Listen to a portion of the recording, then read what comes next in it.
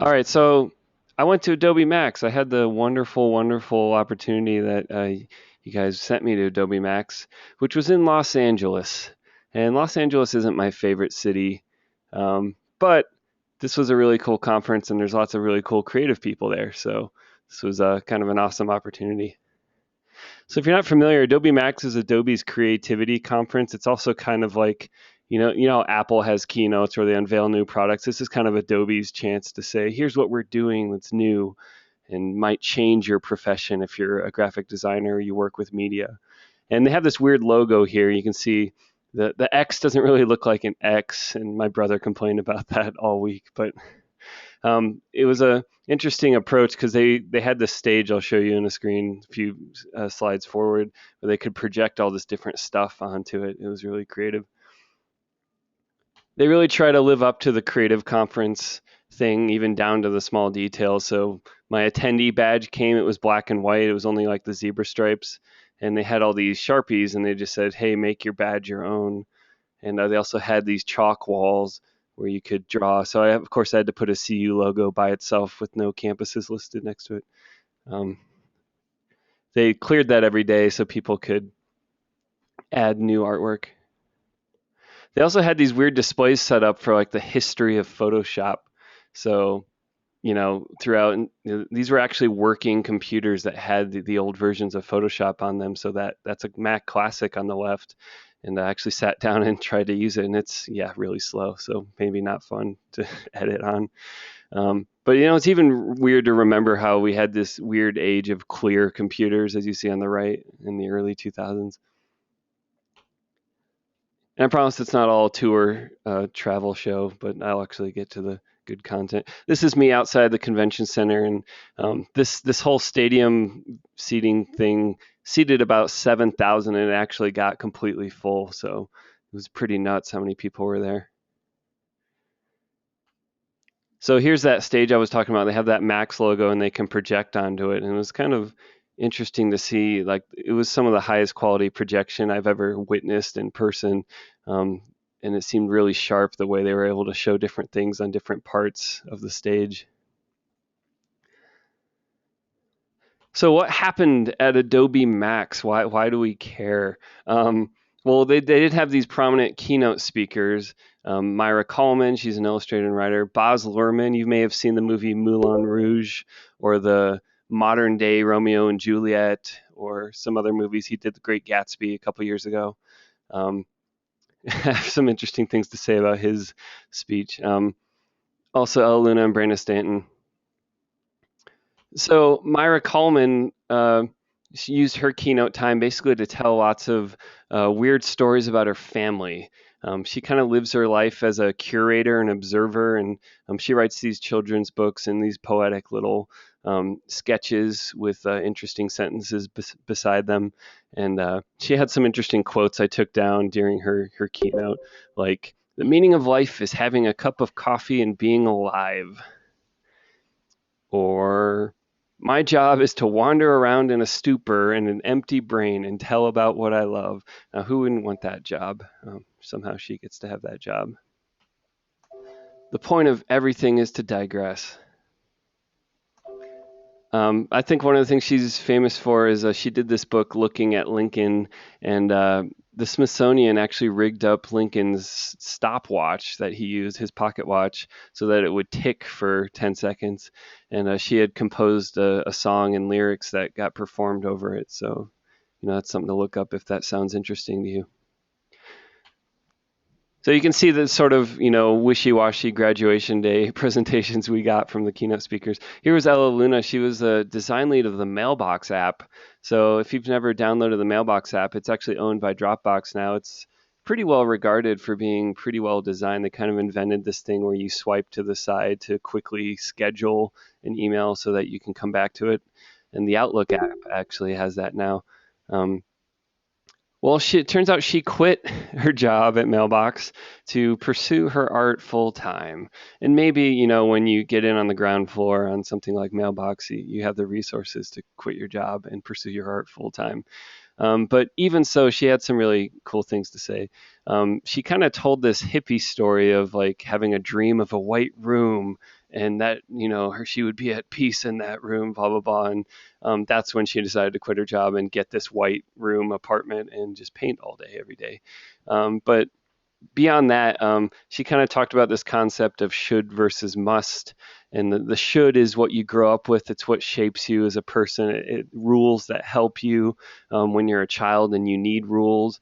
But that once you grow up, you can re-examine your shoulds and decide which ones you actually need anymore and pursue what she called the must. And that's the call inside of you to whatever you really need to be doing with your life. And in spite of her story of kind of quitting her job and renting this apartment, she actually seemed to have some pretty pragmatic views on this. She didn't say everyone needs to quit their job. Your calling, it may be a job, it may be a career, or it may be a quit your job and, go do that thing, but that it's not only one way. And she had some good examples. So if you guys are familiar with the composer Philip Glass, he's famous for these like really minimalist piano pieces. And turns out he's also a plumber. And there was a funny story about the art critic of the New York Times suddenly looked up and noticed that the plumber in his house was Philip Glass. And he was like, "You're Philip Glass." And Philip Glass was like, "I'm trying to finish this job. Can you please leave me alone?" So it wasn't seen as like ruining his art to also have a career that had nothing to do with composing piano pieces. And, it can work out all sorts of different ways depending on what you want to do with your career. Either your career is your passion or maybe you work out something else. Then she got a little new agey, little self-helpy with this line. "I took my inner artist on a date." That was a little cheesy. Baz Luhrmann. So um, his presentation was more of an interview, and it was one of the most strange and incoherent things I've ever seen. So I'm just going to put a big red X on him. And he just kind of got on stage and rambled, and he wouldn't sit down, and the interviewer did a really bad job of asking him questions, and it was just kind of awkward. So I was kind of disappointed because I've enjoyed his films. They're very creative, especially visually. They're just amazing films. And this interview was so disappointing. Um, so who cares about all those hotshot designer people that have fancy self-help things to say? What did Adobe talk about? So Adobe kind of went on and on about three trends, about design being paramount. So, I mean, Adobe makes design tools, so they're kind of invested in design being an important thing in the world. Recognizing that we have a multi-screen world, that people don't just have a workstation, but people have tablets and phones and all sorts of stuff, and personalized experience. So, our customers expect things to be more personalized, to be easy to use. But they had this interesting concept of content velocity, and that as time goes on, there's an expectation that great design can happen faster, and that there's bigger demands being placed on designers. And what can Adobe do to help when we're being asked to create faster comps, animate faster, do everything faster? What are some tools that can help us? And Adobe's, of course, like, "We'll help you." Um, One of the things they've been pushing hard is creative cloud libraries. So I'm going to zoom in a little. You can see on the right side here, there's this panel. It has some colors, it has some fonts, it also has some graphics, some sketches. And these things now sync through the cloud kind of seamlessly, and you can share them with other people you're collaborating with. And Travis and I are actually starting to use this for this upcoming ecom project. So it's just a really handy way that if we find a good color scheme, it's not like, "Hey, type in this hex code and add it to your machine too." We just throw it in the library, and the other person has it immediately, and they can start working with it. Another thing they emphasized was this whole like moving between different devices seamlessly, whether it's different desktops, mobile to desktop or mobile to mobile. And the way that kind of works is Adobe is, some of these aren't new, but they've unveiled an army of mobile apps. So you see the big icons on top are like the desktop apps, and then underneath them there's just this huge assembly of different mobile apps. And what they've tried to do is make it easy to go from one to the other pretty easily.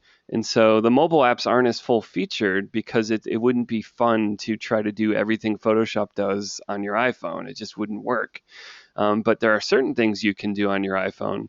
And then once you're done, you have these, it's automatically synced to Creative Cloud, but you can also use the share button. And I've tried this. You can be working on a drawing and you tap share and it opens on your computer immediately. And it was just kind of, it wasn't just, oh, the file went to some place where you could go open it or download it. It actually was just like, you want to keep working? Press this button. Boom, you're working on your desktop now on that same thing. So they're trying to advance on that front. There was this cool app called Adobe Comp, which is about quickly coming up with comps and drafts and layout ideas. And you see that like badly scribbled box with an X on the top left. Um, Adobe Comp understands these shapes and it'll transform them into actual design pieces. So you can do a box with an X and that'll give you like an image area. And you see in the bottom right, and you can actually put real images in your comp. Or you can drag 3 lines, it looks sort of like a fake paragraph, and it'll generate this Latin text. And then you can move it and resize it with your fingers. And then once you're done, you can export it and go to your desktop and actually add the real photo and the real paragraphs that some copy editor wrote. So again, trying to get a mobile workflow. You're on the bus, you have an idea for a magazine layout, you quickly swipe and draw these things, and then you come back to your computer and do the detail work. It's pretty cool. Um, One of the other things they announced was this thing called Project Comet, and this is about mocking up high quality mobile or website or really anything that has a user interface. So anything you're expecting people to use to do something. So even if you're just building a website. And the really crazy cool thing is this does real time, you can test your design. So you see these little blue lines. That connect and that you can go into this preview mode even on your phone, and then if I tap on this camping the Rocky Mountains, it'll transition over to this page. And so you can mock up an entire interface and even have it be a usable prototype that you could then hand to someone who has sign off powers and say, here's what we think will work. And it just seemed really slick and really amazing. And this whole user experience thing is kind of a really important area of design these days. So I got really excited about that. They showed it off. It looked amazing. And guess what they tell us? Yeah, it's not out yet. So, um, and even when it comes in early 2016, it's going to be a beta. So that's a little sad. But maybe I'll get early on the beta train and get to play with that. Hey, Mike, this is, I think, this is the thing I was most excited about when you and I talked, because we've looked at a number of tools over the last several years to sort of do this sort of design, user experience design. And the last tool we were using was UX Pin, and it worked fine but there was always this gap where we would design things up, wireframe them out, print them, yell, scream, and then it was like, okay, now let's go translate this into actual digital media, which we were mostly doing in Adobe products. And so then you would essentially say, okay, I have a paper printout that I can start from, but now we can skip that step and just say, okay, well, now I just hand this off to Illustrator or hand this off to After Effects or whatever, and just start working right away. So I'm excited about this. And the other good news is typically Adobe's beta software, it's usually pretty good. I've found that if they label something beta, it's typically good enough to go ahead and use in production. Of course they would deny that, but so I'm really excited for that. Hopefully in the next couple months. Yeah, definitely. Um, One of the other things they showed on stage was the iPad Pro, and you guys might have seen commercials for this thing. It's kind of hard to convey how huge this tablet is unless you see it in person. Here's a comparison to the existing iPads. It's as big as a 13-inch laptop screen, so it's kind of nuts how big it is. Now you might be like, so what? It's another iPad. What are you going to watch Netflix on it?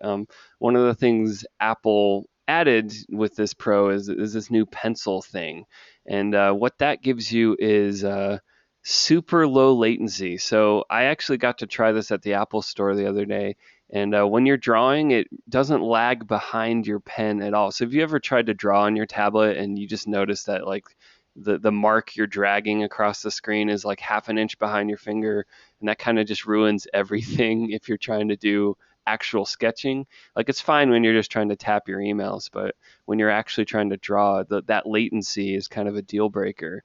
And it looks like Apple's kind of nailed it with this pencil. And so I would sell a sibling or sell an arm or a leg to get one of these. Okay, so that was sort of the keynote stuff, but they had all these breakout sessions, so I wanted to highlight a few of those that I thought were interesting. And the good news is every single one of these sessions is watchable online, and it doesn't even look like you have to log in. There's just an open website. I'll give you guys the link later.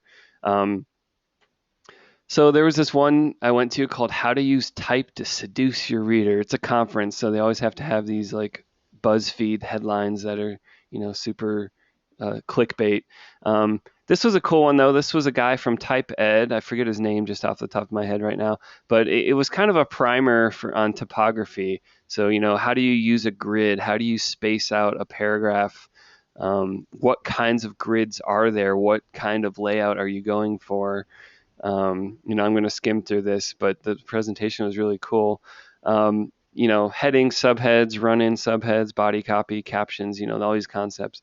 But it wasn't just a here, welcome to how type works session. He also went into InDesign and actually in real time laid out a page and set sizes and chose fonts. And it was just, there's nothing quite like watching an expert work.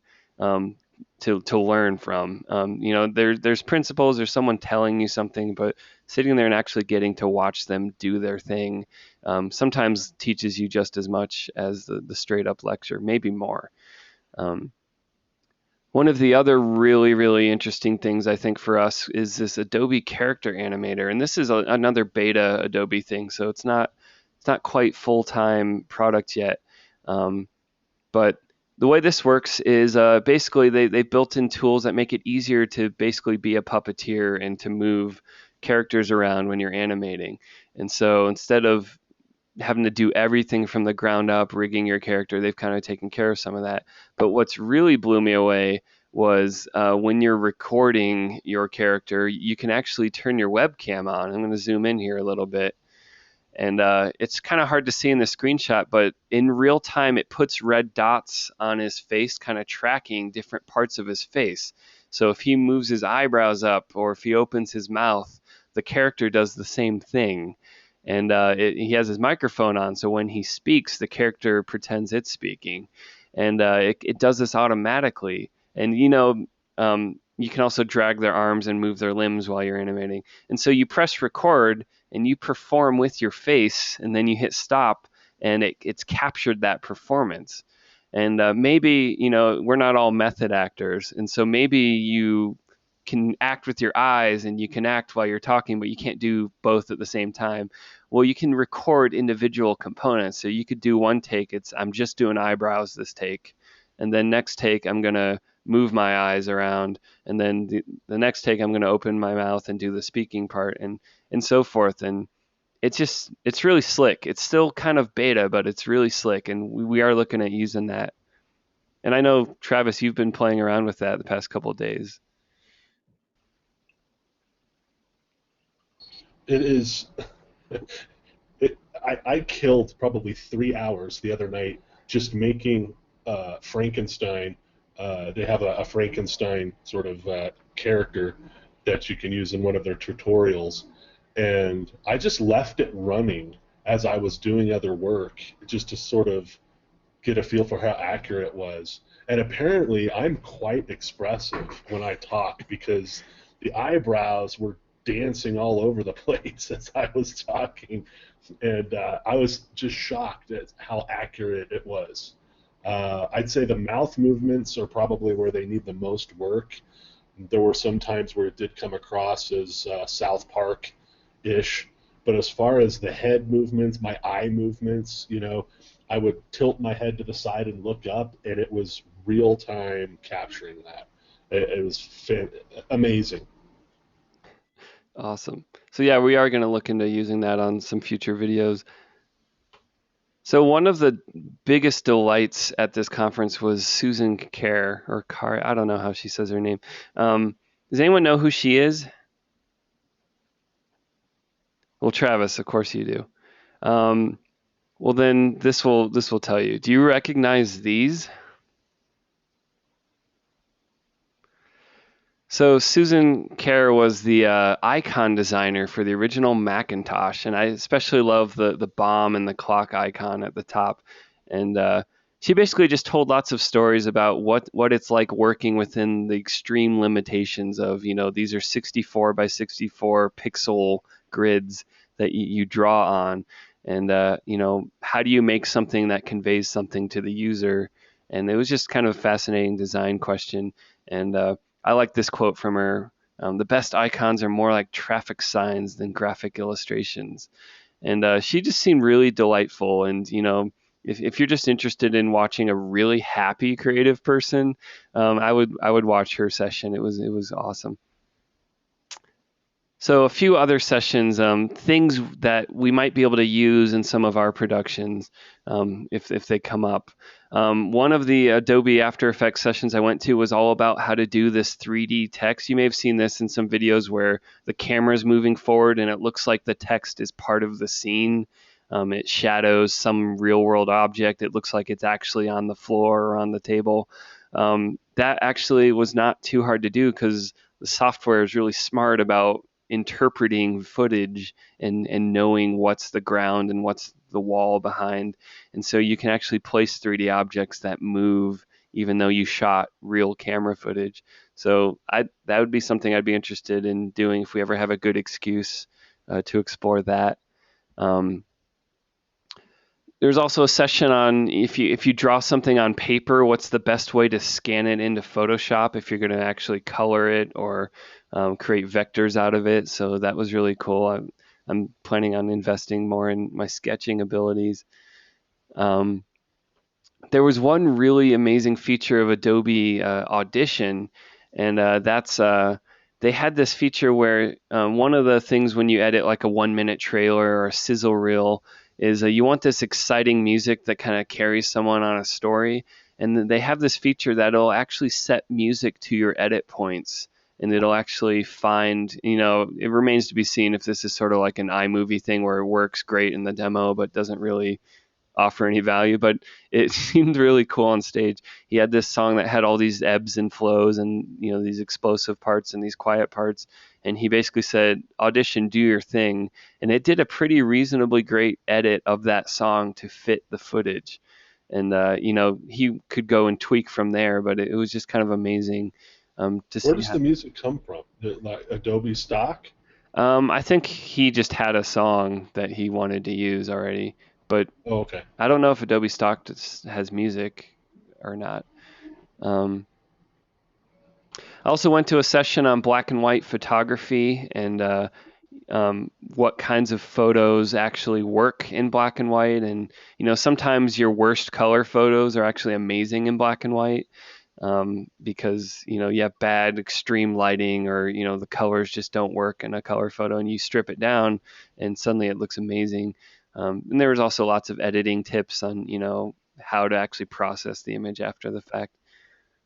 I did go to an After Effects session, and I was simultaneously proud and disappointed to say I didn't learn anything in this After Effects session.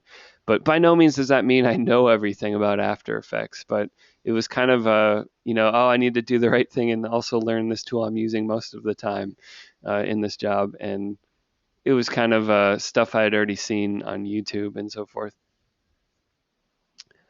So some takeaways. I know there's been a lot of like different products and comments and stuff. Um, I think one of the biggest takeaways just from being around all these creative people and seeing all this cool software is that design is really about creative problem solving. And I really want to stress this because I feel like there's this perception in a lot of places that design is about decorating. It's about making things pretty.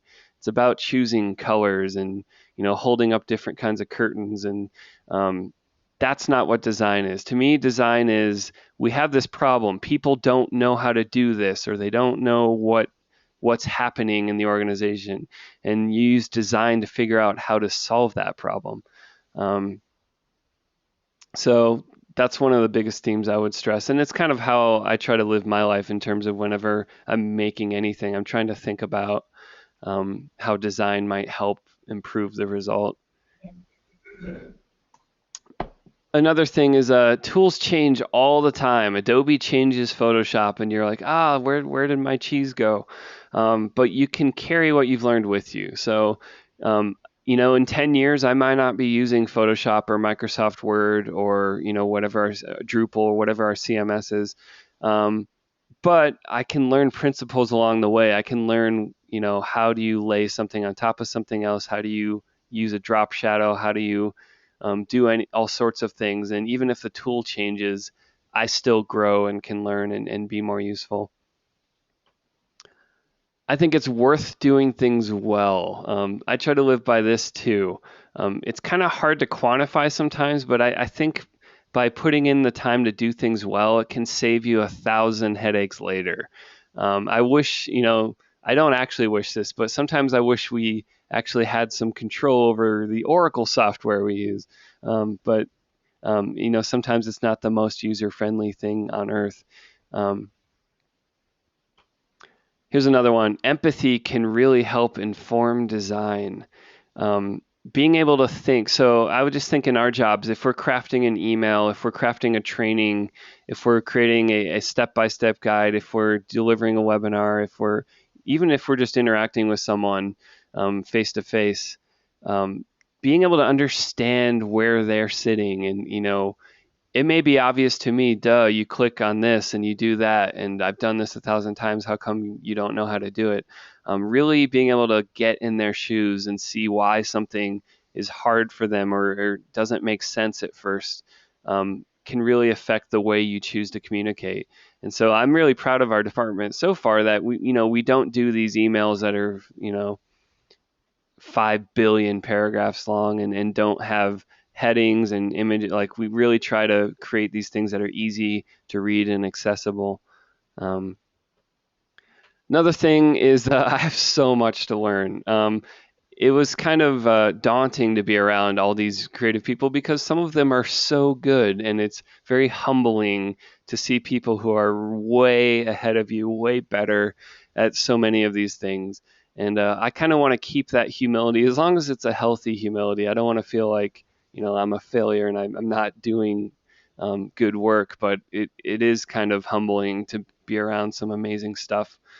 Um, and the last takeaway would be to stay curious. And this is one of the attributes in myself and in people I work with that I really value. And that's people who are curious, who will try things, who will explore for themselves. And, I try to live this way so that, when there are new tools, when there is new technology, when there's a new method for doing something, that I'm willing to try it. And even maybe it doesn't work, maybe you like part of it, but just having that curiosity is kind of crucial to staying nimble and staying alive, basically. Keep learning, or be a lifelong learner. So the good news is all these sessions, including all the ones I wasn't able to attend, are online, and they're HD. They have good audio. They mic'd up all the speakers really well. So, and they broke them down into these categories. So if you guys are interested in kind of checking out some creative people talking about how they do their work, you can go to this link, and you can also watch the keynotes if you want to watch Baz Luhrmann be weird. Um, but check these out. I'm going to be checking these out in my spare time to revisit the good sessions and also to check out some of the ones I couldn't attend.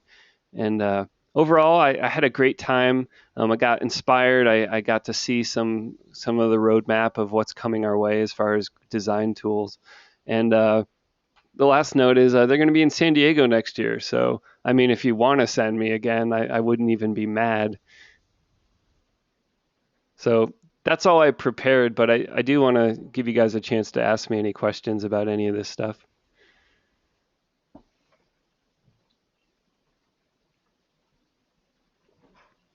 One of the things that I've noticed when going to these sort of creatives um, conferences is how many.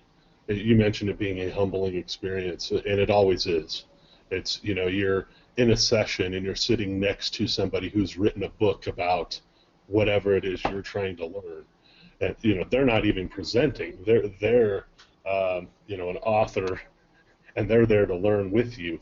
But it's always interesting to me how few of these, maybe not how few, but how surprisingly few, at least for me, of people in attendance don't have some sort of fancy um, art degree or this tremendous amount of uh, formalized education in design. I mean, and I think it's funny that you mentioned, the occupation being a plumber, but he's also a composer, and so I think that's to me points to the fact of how important passion is in this industry. Is to say, you can have the greatest, fanciest computer and all of these wonderful art degrees, but that doesn't mean anything if you're not passionate about what you're doing. Um, and yeah, it just seems like a lot of the keynotes at these things. So, yeah, I used to be a stock market analyst, and I found that the tool I was using, the company provided, was terrible. So I decided to go out on my own and design and develop a tool that made that particular thing easier. And now I'm a full-time designer. And you hear a lot of those stories. And so I just find that fascinating. Did you experience that same sort of thing as far as people just almost like a self-starter entrepreneurial first foot into the design world? Definitely. There was. I feel like the full spectrum was around. There were very accomplished people there. There's actually a if you've ever watched any lynda.com tutorials about Adobe products, one of the main guys that does that was there, and that was just kind of a weird moment of like, I know you, I don't actually know you, but you're here. That's weird. Um, but yeah, there was people of all sorts, people that were clearly at the start of their transition to his career, like me, who's only spent this year sort of trying to move into this space, and then there are people that I think had been kind of doing this for a while.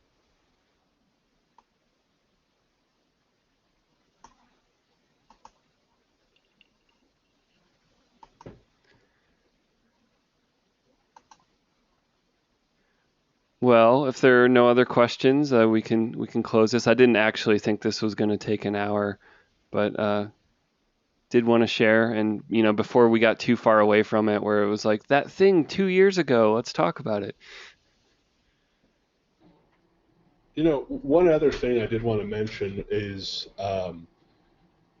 this notion that when Adobe purchased Macromedia some years back, there was a lot of concern, and I think it's valid concern, that we're going to end up settling into this Adobe controls everything um, from creative tool development standpoint.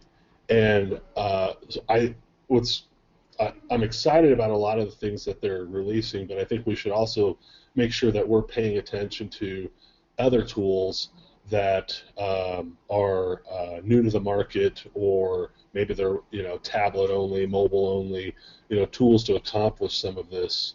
Because there's always this ebb and flow where Adobe comes out with these great things, but then they put a lot of controls and restrictions on it, such as Flash, for example, and then we end up painted into a corner, and we're at their mercy. So that would be the only other thing is let's make sure that we're always looking at different tools, beta tools, to make sure that we are using the right tools for the job, not just whatever comes in our creative suite. Yeah, always stay curious, and I do try to be agnostic about the tools because they're just tools, and more than one company makes a hammer.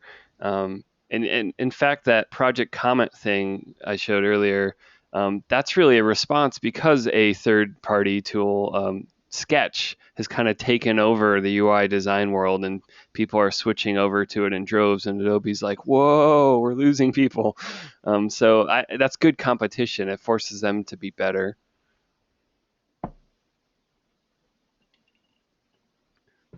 All right. Well, thanks everyone for taking some time out of your day to listen to my presentation. And yep, that's about it.